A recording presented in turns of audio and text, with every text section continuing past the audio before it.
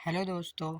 आज मैं आप सभी को साइंस के चैप्टर 1 कोशिका के बारे में कुछ बताने जा रहा हूँ। यह क्लास 9th एंड 11th दोनों के लिए ही उपयुक्त है। आप सभी को इन डिटेल वे में आज मैं कोशिका के बारे में बताने जा रहा हूँ। सबसे पहला, कोशिका कहते किसे हैं? जीवन की कार्यात्मक और संरचनात्मक इकाई को ही हम कोशिका बोलते हैं। इसके नाम को हम साइटो बोलते हैं और अध्ययन यानी कि इसके पढ़ाई स्टडी को हम साइटोलॉजी बोलते हैं। इसके जनक खोजकर्ता रॉबर्ट हुक हैं। सिद्धांत स्केल्डियन एवं स्वान ने दिया था। ओवरऑल अगर हम पूरी दुनिया में सबसे छोटी कोशिका का बात करते हैं तो वो माइकोप्लाज्मा होती है एवं सबसे बड़ी कोशिका शुतुरमुर्ग का अंडा होता है जिसे ओस्ट्रिच एग बोलते हैं। अगर हम ह्यूमन बॉडी की बात करते हैं तो उसमें छोटी कोशिका इन मेल स्पर्म होती है जिसे हिंदी में शुक्राणु बोलते हैं एवं फीमेल में सबसे बड़ी कोशिका अंडाणु होती है जिसे हम ओवम बोलते हैं। सबसे लंबी ह्यूमन बॉडी में ही जो कोशिका है वो है न्यूरॉन, जिसे हिंदी में हम तंत्रिका कोशिका के नाम से जानते हैं। कोशिका विभाजन नहीं होती है न्यूरॉन में।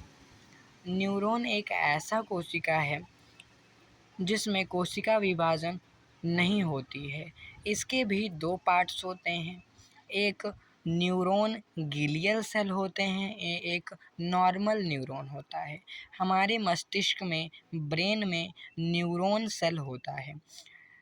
फिर भी हमारे मस्तिष्क में कैंसर रूपी रोग जो है वो उत्पन्न हो जाता है, जन्म ले लेता है। ऐसा क्यों होता है?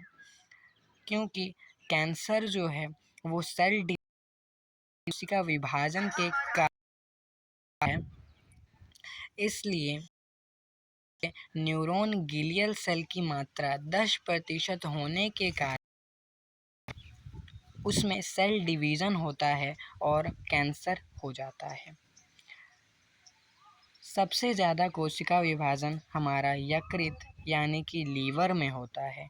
जीवित कोशिका का बात करें तो उसके बारे में एंटोनी वॉन लीवेनहॉक ने हमको बताया था जीवित कोशिका के बारे में 81 में। कोशिका का बात करें तो अब हम एक एग्जाम्पल से इसे समझते हैं। मानिए कि एक ईंट को लेते हैं और फिर हम को मिला करके एक दीवार बना देते हैं। बहुत सारे दीवार को मिलाकर बना देते हैं एवं बहुत सारे कमरा को मिला करके एक घर बना देते हैं।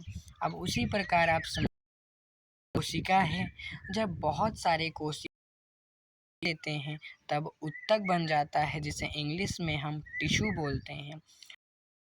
जब बहुत सारे ऊतकों टिश्यूओं को मिला देते हैं तब ऑर्गन बन जाता है यानी कि एक अंग। और जब बहुत सारे अंग को एक साथ जोड़ देते हैं, मिला देते हैं, तब वो ऑर्गन सिस्टम बन जाता है और बहुत सारे ऑर्गन सिस्टम को मिला देने के बाद एक शरीर बन जाता है, बॉडी बन जाता है। आज के वीडियो में बस इतना ही। बहुत जल्द आपसे